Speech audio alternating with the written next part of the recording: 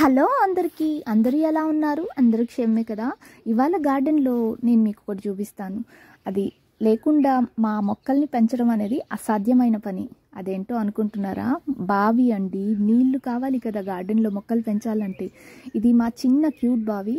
Initial ఇయర్లో అయితే దీంట్లో నుంచి నీళ్లు తోడి మొక్కలకు పోసేవాళ్ళము. ఇప్పుడైతే ఈ అరేంజ్మెంట్ చేసుకున్నాం. అదేదో చూసేద్దాం. కార్తిక్ హెల్ప్ చేస్తున్నాడు. అదేంటంటే వాటర్ పంపు, బ్యాటరీతో నడిచే వాటర్ పంపు.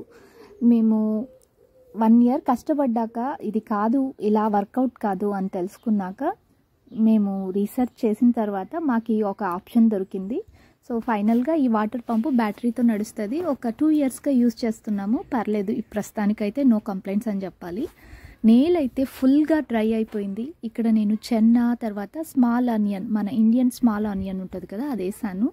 నేల చూస్తే ఫుల్ డ్రై అయిపోయింది. ఇది ఆల్మోస్ట్ ఫ్లవరింగ్ స్టేజ్లో ఉంది చెన్న అయితే, అండ్ ఈవెన్ స్మాల్ ఆనియన్ కూడా ఫ్లవరింగ్ స్టేజ్లోనే ఉంది.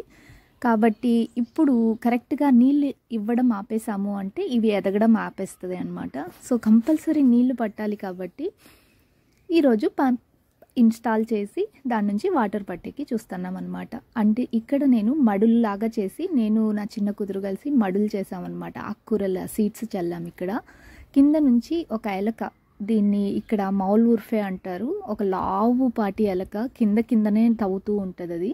సో అది తవ్వుతూ ఉంది. ఏమవుతుందో తెలీదు, ఎన్ని స్ప్రౌటింగ్ వస్తాయి ఎన్ని స్ప్రౌటింగ్ రావు అనేది తెలియదు. మళ్ళీ చూసుకొని నేను సీడ్స్ చల్లుకోవాలి. సో ఇదే నేను చెప్పిన పంపు.